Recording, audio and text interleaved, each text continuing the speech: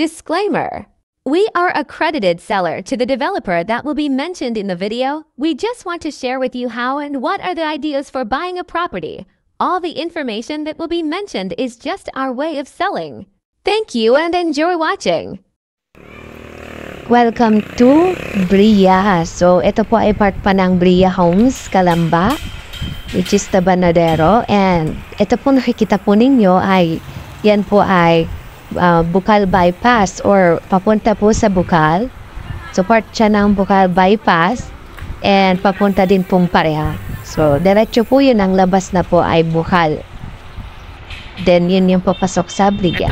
So, kita-kita po ang view ng Makiling. Then, ito pong area na to, ito yung sa part ng commercial. So, yan yung commercial area. And itong sa bandang kanan, yan po yung gagawing condo. Diyan po, ito tayo yung 9 buildings na condo. Ito pong nasa kaliwa ko ay, yan po ay 1 hectare na commercial area. So, ayan, papunta tayo ngayon sa office to attend a seminar. So, may seminar kami. Kaya papunta ko ngayon sa office. So, ayan, medyo malayo. So, sobrang init talaga. Pero, ayun, malapit lang kasi. So, nandun din yung office namin sa loob ng Bria. So, bungad lang din. Then, ito, walking distance lang kami sa Astera. Ayan, explain ko lang po ulit sa inyo. So, ito po ay malapit. Malapit po tayo sa bahay ni Jose Rizal. So, 3 minutes lang po palabas.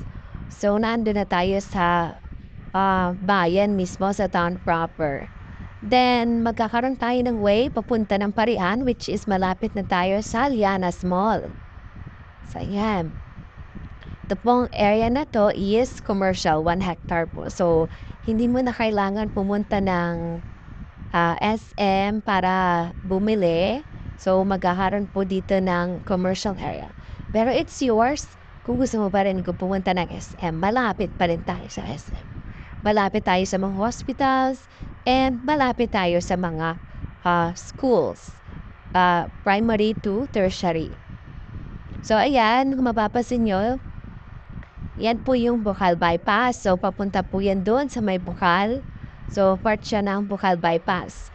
And, ayan, ito po yung office ng Astera. Papakita ko lang sa inyo yung perspective ng condo. Ayan, dito sa may tarpaulin, mapapansin po ninyo may swimming pool.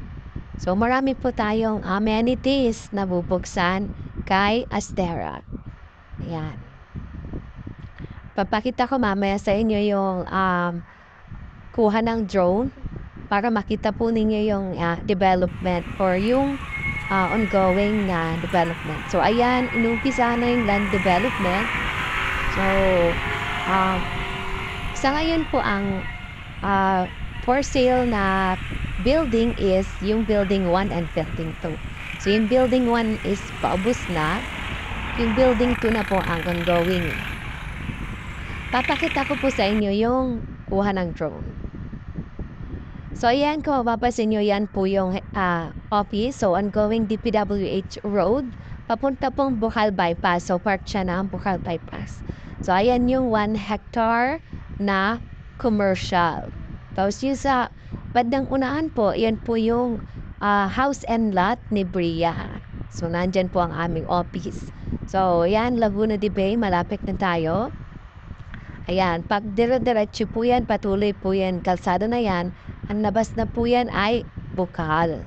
So, yun po yung Bukal Bypass, diretso po yan papunta kung gusto mo pumunta ng Milagrosa, yan, lusot na po yan. So, ito po ang sample model ng condo. So, itong model pong ito is for 24 square meter lang. So, ito yung unang model unit ng building 1. Kasi sa building 1, ganito po yung mga unit. Sa building 2 po, medyo malaki na yung area.